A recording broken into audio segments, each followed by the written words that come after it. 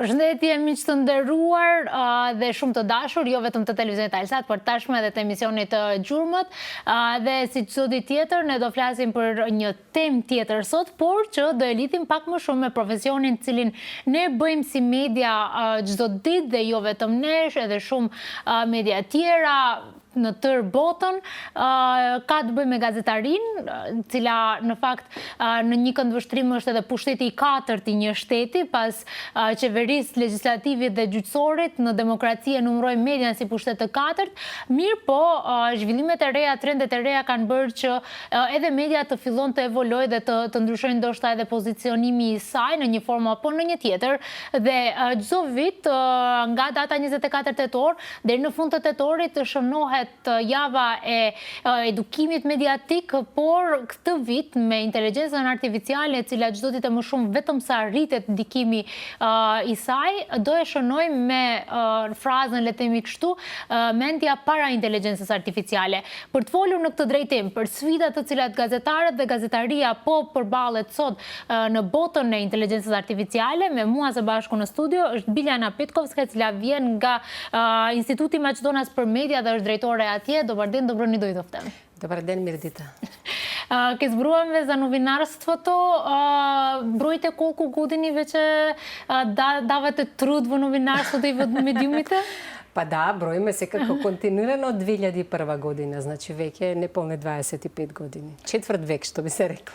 Значи јас кога сум родена, вие сте почнувале на работа. Ете така, да, од тогаш, да. И колку е променето новинарството и како се работи во новинарството? Да, па мислам дека значително е променето. Ние започнавме како организација која што е фокусирана на обезбедување до едукација за професионалци во медиумите.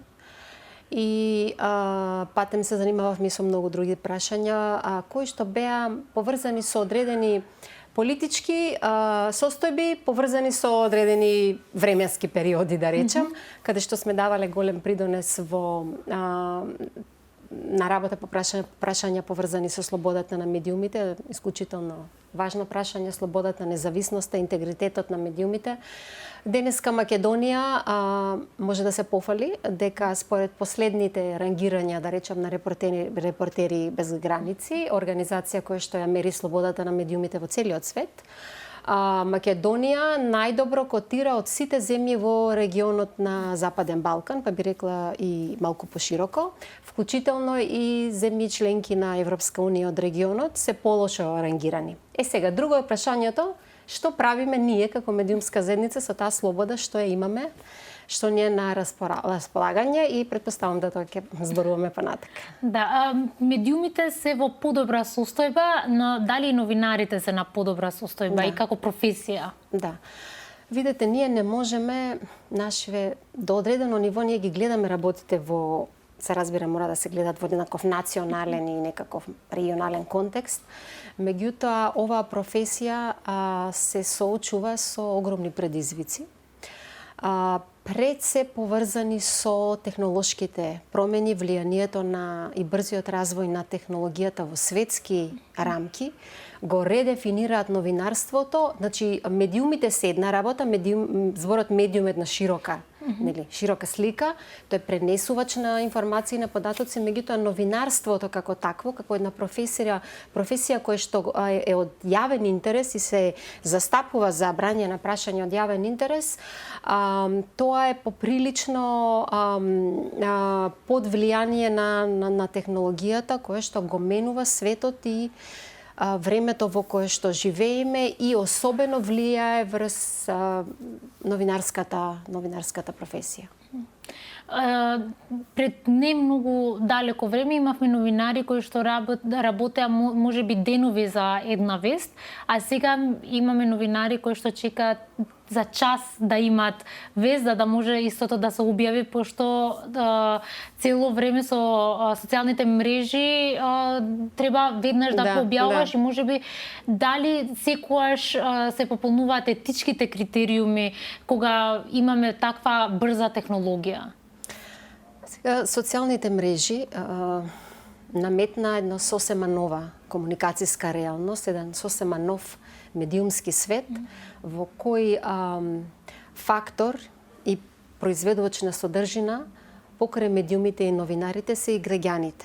И тука настанува една прилична рашоманијада. И гледано од аспект на публиката, на консументите на медиумските продукти, се явуваат многу предизвици кои што се поврзани токму со правењето разлика помеѓу создавачите и креаторите на медиумски содржини, кои што се медиумите и новинарите, кои треба да работат според јасни, професионални и етички стандарди. И така наречени креатори на содржини кои што потпаѓаат под дефиницијата, да речем, инфлуенсери.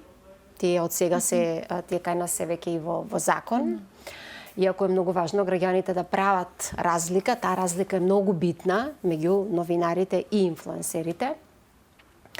Од друга страна, различни поединци, секој од нас како граѓанин може да објавува, може да слика, може да сними видео, аудио материјали, да ги објавува и на тој начин да влие врз формирање на јавното мислење.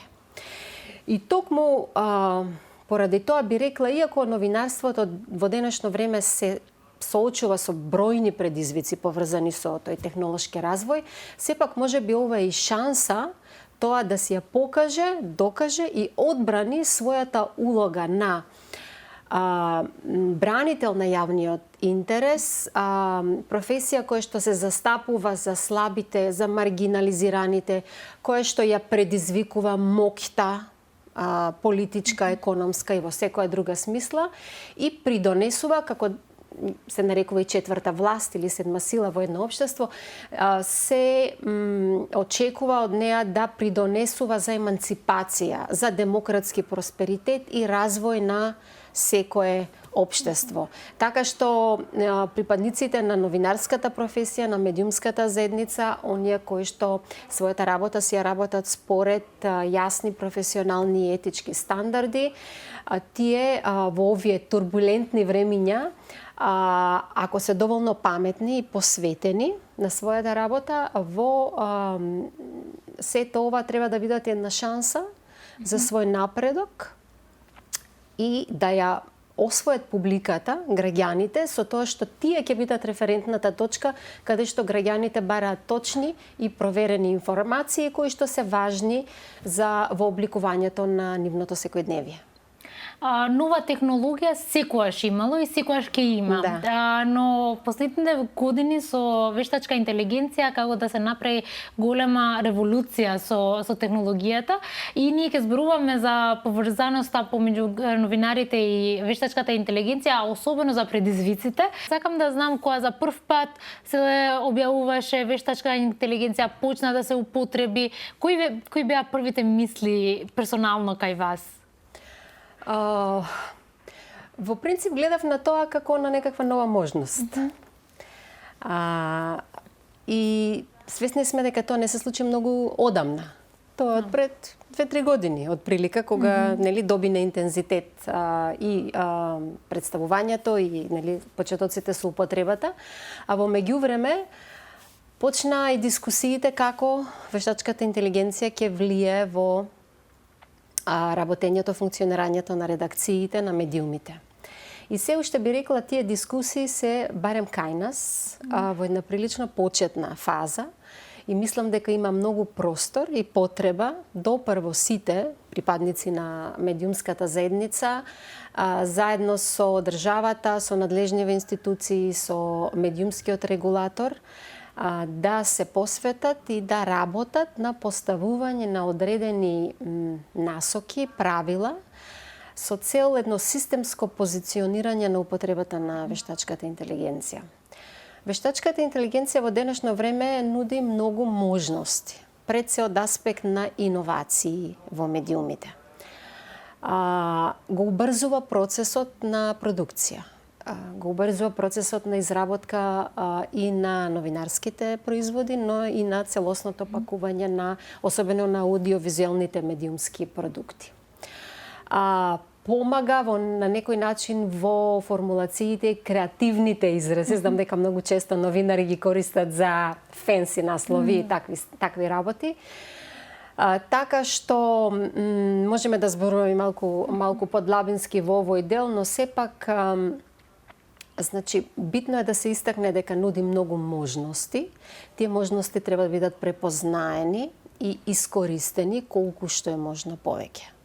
Од друга страна има многу замки и многу аспекти кои што треба внимателно да ги согледуваме и да им пристапуваме и да не само да бидеме свесни, туку и да имаме и решенија за нив.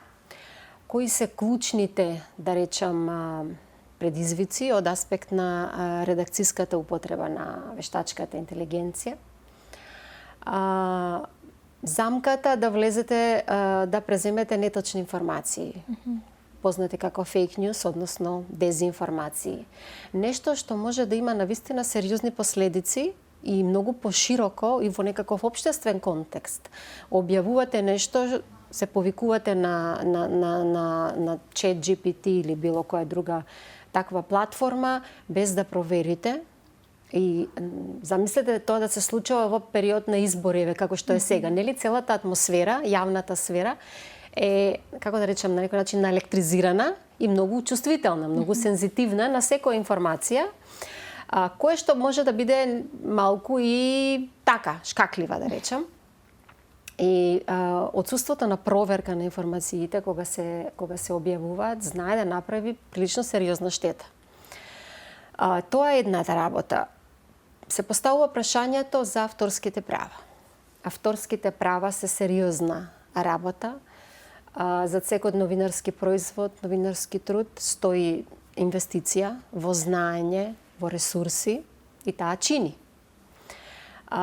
Преземањето содржини без регулирани авторски права може да создаде големи главоболки на медиумските куќи, да доведе до судски процеси, каде што ќе мора да се исплаќаат и оштети за нарушени авторски права.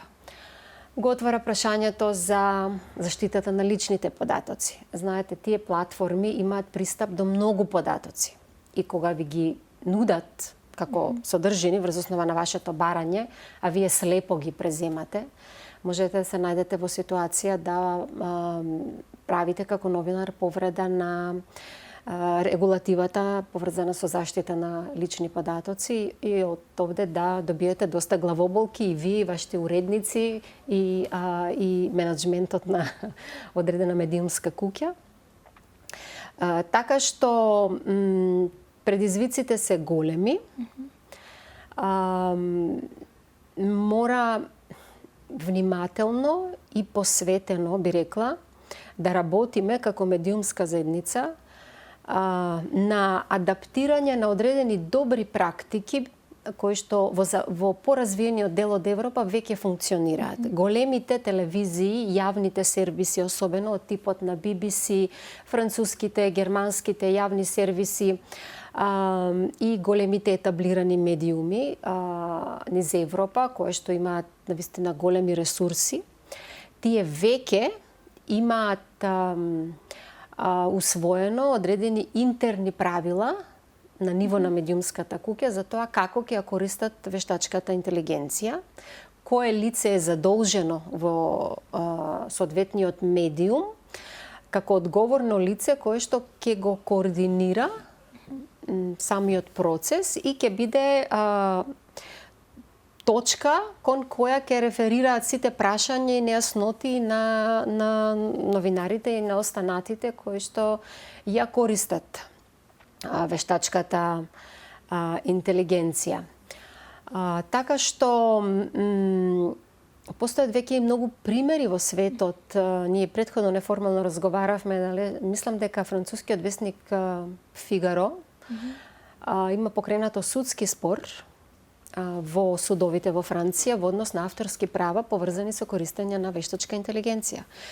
Тој е еден од првите, веројатно, правни предмети поврзани со новинарството и потребата на вештачката интелигенција и ќе биде многу интересно да се види каков ќе биде исходот од овој процес.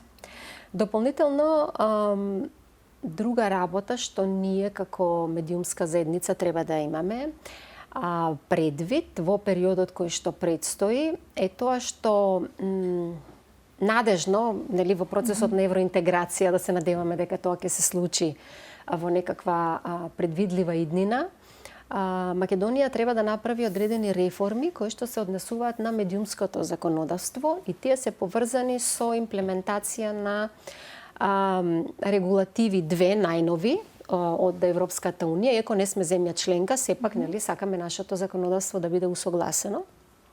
Едната е регулатива за слободата на европска регулатива за слободата на медиумите, другата е регулатива за дигиталните сервиси, каде што овде во втората на некој начин прашањето поврзано со употребата на дигиталните технологии е допрено. А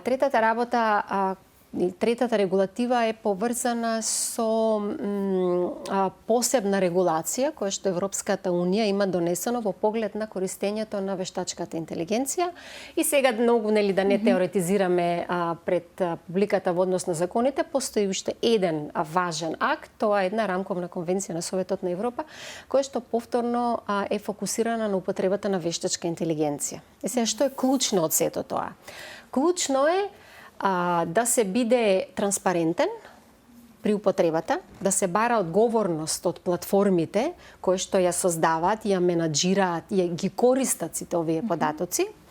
И сето тоа е регулирано со овие акти, европски акти, но би рекла главниот мотив е умот пред технологијата, човечкиот ум пред вештачката интелигенција, да не дозволиме машините и технологијата целосно да ја преземат улогата на поединците во сите професии кои што ја користат, вклучително и во новинарството.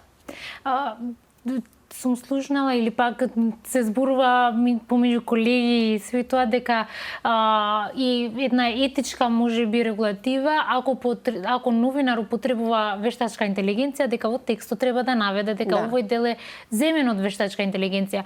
Но тоа ќе покрене прашање зашто тогаш сите граѓани или пак сите луѓе да прочитат од тој новинар ако има вештачка интелигенција и ако сите имаат увид или пак може да земат таа информација од таму. Така е, многу релевантно прашање. Имајќи го предвид сето тоа, ние како Институт за медиуми заедно со Сдруженијето на новинари на Македонија и Советот за етика во медиумите пред една година започнавме процес на измена на кодексот, етичкиот кодекс на новинарите на Македонија, главно да го усогласиме со најновите технолошки измени кои што влијаат врз новинарската работа, вклучително и вештачката интелигенција. И се уште се работи на документот, преземени се и консултирани се доста примери слични низ Европа, бидејќи тој процес паралелно се случува и во повеќето земји од регионот, од нашето опкружување, така што овде токму тоа што и вие го спомнавте, значи прашањето за транспарентноста и употребата на вештачката интелигенција во создавањето новинарски продукти ќе биде земена предвид и ќе биде подетално објаснето и ќе бидат поставени одредени правила како тоа да се третира. Но во право сте, прашањето за тоа зошто да ве следам вас како новинар, XY новинар, кога истата содржина ја имам достапна како публика, зборувам онлайн, е многу легитимно и повторно не враќа на заклучокот од претходниот дел од дискусијата дека новинарството како такво не може да биде заменето од вештачката интелигенција. Оригиналноста, креативноста, пристапот, хуманата димензија, емпатичноста во создавање на еден новинарски продукт согласно етичките стандарди на професијата не може да ја замени ниту една машина. Така што таа може да помогне да се убрза процесот, да се добие на технички квалитет некогаш, меѓутоа не може да го замени. И затоа овде велиме дека постои една нова шанса, еден нов предизвик да покаже и докаже дека новинарството не е во изомирање, туку само се адаптира на новите времиња и на новото технолошко опкружување. Друг дел, можеби, што зашто вештачката интелигенција не би можело да замени е објективноста. Многу апсолутно. Критичен дел на новинарството. Апсолутно, да. Врз основа на податоците што вие ќе ги добиете од различни извори кои што ги агрегаторот ви ги дава, вие можете навистина да бидете, да речем, заведени во одреден правец. И ако како новинар се ослоните исклучиво на овие содржини, можете многу да презентирате една искривена слика за темата за која што работите. Значи, тоа е една замка. Замка на која не смееме, сите што работат во медиумите не би требало да западнат во таа замка, мора ова јасно да биде земено предвид, и затоа е неопходно и на ниво на самите редакции. Во секоја редакција, во рамки на незините редакцијски кодекси на однесување, за жал многу редакции ги немаат се уште, но како и да е, и без разлика и да немате на ниво на куќа такви правила, треба да го почитувате новиот кодекс, треба новинарите да го почитуваат новиот кодекс, кој што во текот на следната година, мислам дека ќе биде готов, ќе бидат направени доста обуки на таа тема, а дополнително, колку што мене ми е познато, се наметнува една потреба малку и на едно пошироко општествено ниво и на ниво на регулација, да се направат одредени насоки, укажувања за целата аудиовизуелна медиумска индустрија, за да може да се избегнат токму овие замки. И друга работа е, кога зборуваме, ова што вие сега го начнавте, е поврзано со саморегулацијата, всушност, одговорноста на медиумите и на новинарите за објективно, точно, навремено информирање согласно етичките стандарди. И минатата година или почетокот на оваа година, ако не грешам, на ниво на Југоисточна Европа само регулаторните тела за медиуми донесо една декларација со која што исто така се заложија дека новинарството не смее да трпи по својот квалитет и својата општествена улога во налетот на употреба и користење на вештачката интелигенција. Ние зборуваме за вештачка интелигенција. Јас сум куриозна од вас, прашање во врска и со граѓаните и со луѓето кои што можеби имаат забораено дека новинарството и медиумите се таа поврзна точка помеѓу граѓаните, институциите, транспарентноста. Дали вештачката интелигенција би играла улога негативно или пак позитивно во овој аспект? Да, ова е предизвик за сите. Предизвик за сите кој што треба, на кој што во наредниот период треба сите посветено да работиме.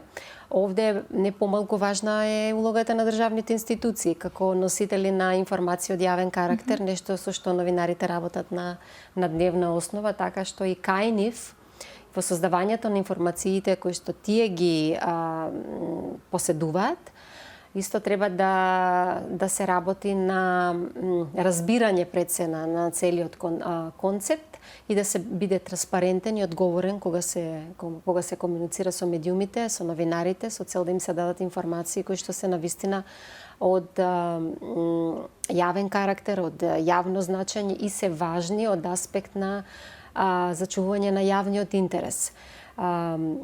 Ќе се надоврзам овде на она регулатива која што ја спомнав претходно и која ние како држава ќе треба во наредниот период да имплементираме. Тоа е регулативата наречена Европски акт или Европска регулатива за слобода на медиумите, за која во наредниот период мислам дека ќе се зборува малку повеќе во јавноста.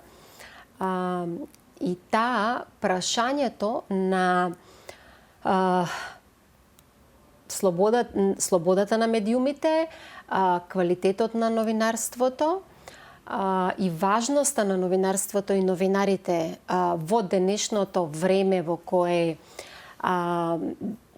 луѓето толку многу се обседнати со медиуми, со медиумска технологија, го доведува на ниво на кое го поставува како право на секој поединец, на секој граѓанин, право да има пристап до веродостојни информации кои што се навремени и се обезбедени од страна на независни медиумски институции. И тоа е навистина акт за поздравување во овие кругови во кои што се движиме, да речам. Ова законодавство се смета за едно револуционерно од аспект на заштита пред се на демократските вредности, бидејќи со технологијата и со доминацијата на различни форми и на злоупотреба кои што се случуваат во тој простор, тој информативен простор, навистина граѓаните многу често се доведени во ситуација навистина да не знаат што е точно, што е лага, дали е дипфейк видеото, дали е вистинско видео. И тоа го гледаме, секој од нас го гледа, нели, на социјални мрежи и неретко луѓето толку многу брзаат со заклучоци и се понесени од емоциите на нешто што е малку подлабински, ако нели го анализирате, ќе видите дека е од вештачка интелигенција создадено и дека не е автентичен продукт, меѓутоа луѓето често и ги споделуваат тие содржини, мислејќи дека се автентични. И на тој начин се создава еден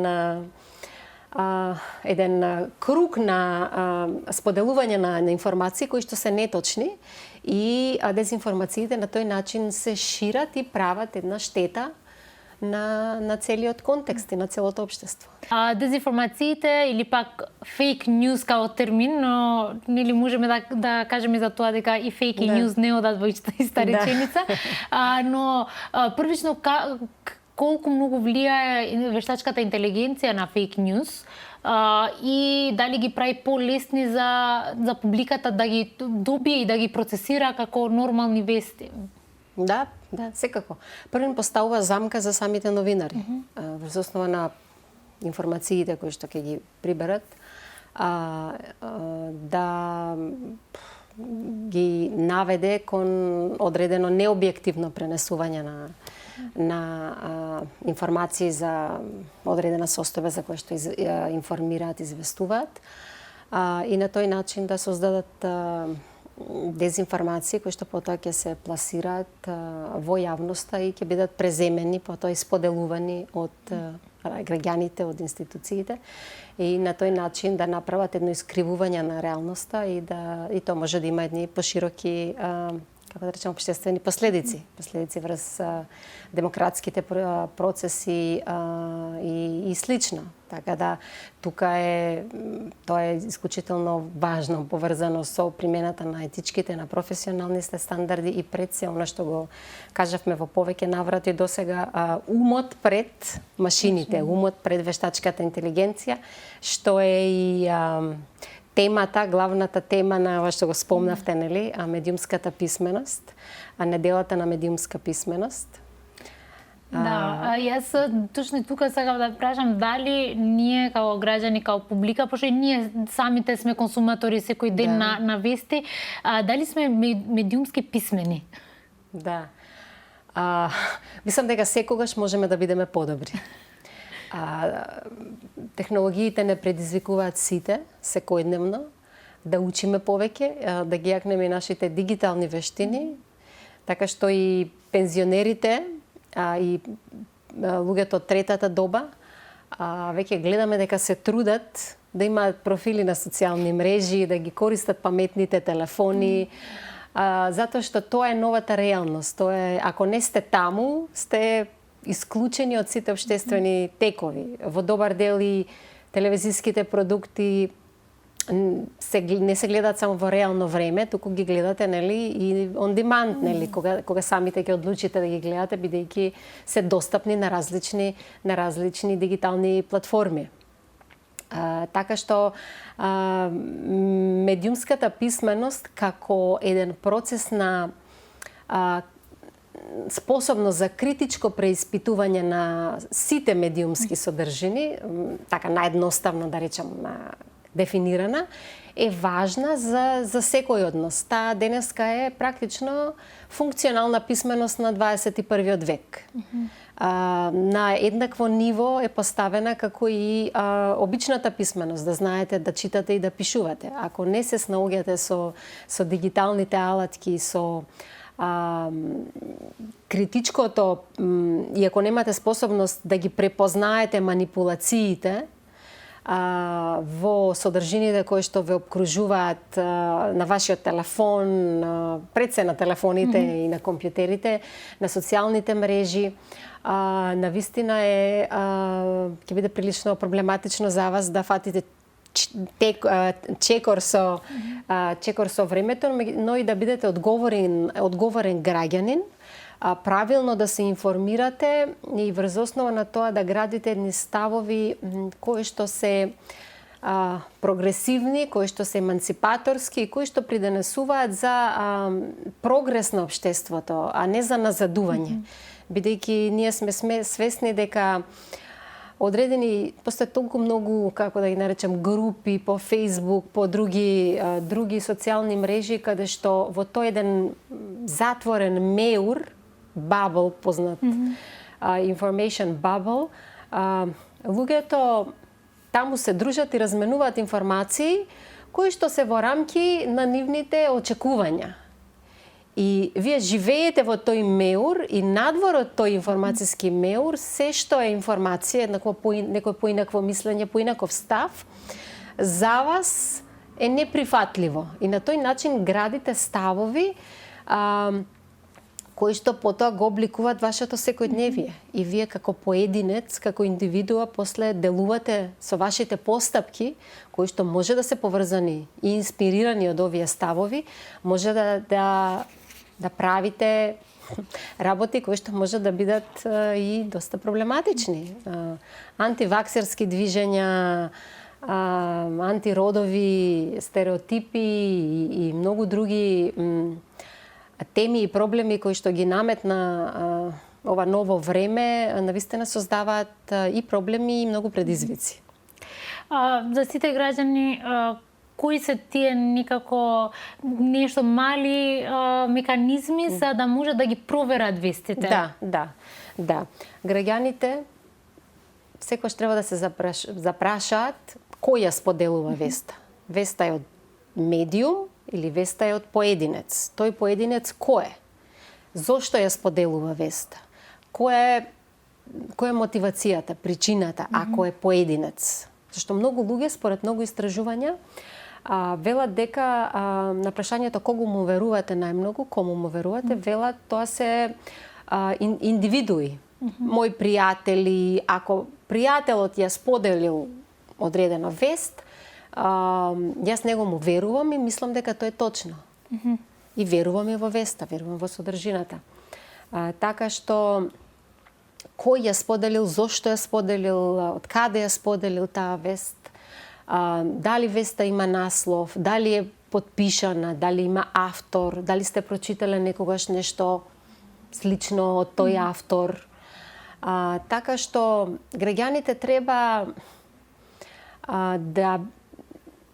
да си одберат, зборувам за, типични обични граѓани на кои што информациите и новинарството не им се секојдневие, туку им се само еден прозорец за осознавање што се случува овде и во светот, да речем.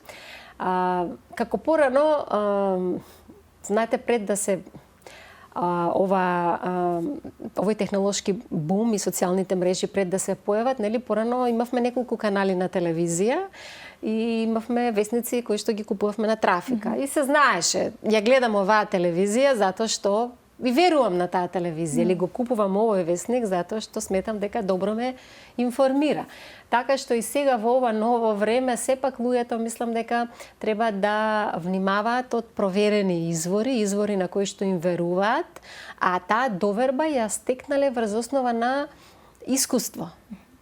Се докажало дека тие медиуми не манипулираат, ги пренесуваат вестите на начин кој што е одговорен, а вестите се направени врз основа на етички стандарди, професионализам, не манипулираат, не вршат пропаганда и се грижат за граѓанинот. Не се грижат за политичките партии, не се грижат за бизнисите, за економските мокници, туку пред се и над се работат за обичниот граѓанин. А колку повеќе се грижат за пониските слоеви во општеството, тие што се маргинализирани, тие што се немокни, толку повеќе новинарите и новинарството си остваруваат својата улога на бранители на јавниот интерес и ја оправдуваат довербата. За крај, каде ја гледате иднината на новинарите, новинарството? Да. Мислам дека сме во едно прилично интересно време, живееме интересно време, особено за медиумите и новинарството. Новинарството се наоѓа во една фаза на редефинирање, главно во најголем дел поттикнато од технолошките иновации, но би рекла во одреден дел и поради геополитичките случувања. Новинарството и политиката се многу поврзани. Ако политиката и одлуките на политичарите се прашање од јавен интерес, логично е новинарството да ги следи, да известува за нив и да биде под влијание на тие политички случувања.